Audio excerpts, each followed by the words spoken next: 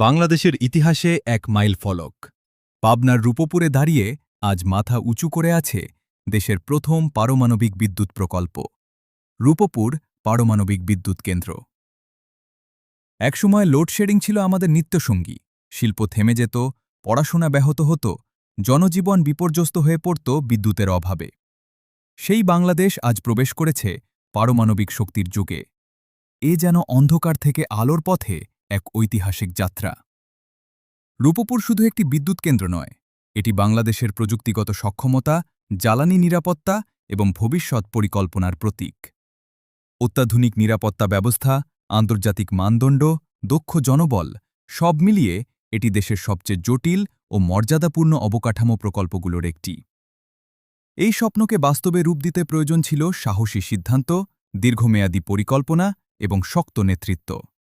সেই নেতৃত্ব দিয়েছেন মাননীয় প্রধানমন্ত্রী শেখ হাসিনা। বহু আলোচনা, সমালোচনা, কূটনৈতিক সমন্বয় এবং প্রযুক্তিগত চ্যালেঞ্জ অতিক্রম করে তার দৃঢ় অঙ্গীকারেই রূপপুর আজ বাস্তবতায় দাঁড়িয়ে।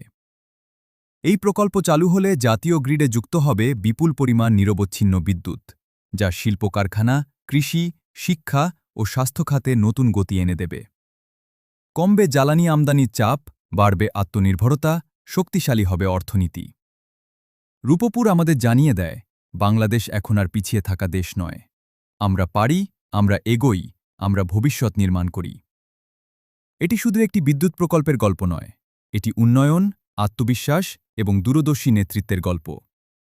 রূপপুর পারমাণবিক বিদ্যুৎ কেন্দ্র আজ নতুন বাংলাদেশের শক্তির প্রতীক। আর এই অগ্রযাত্রার পেছনে রয়েছে দৃঢ় নেতৃত্ব, পরিকল্পিত উন্নয়ন এবং অদম্য অগ্রগতির ইচ্ছা। বাংলাদেশ এগিয়ে যাচ্ছে আলোয়, শক্তিতে, সম্ভাবনায়।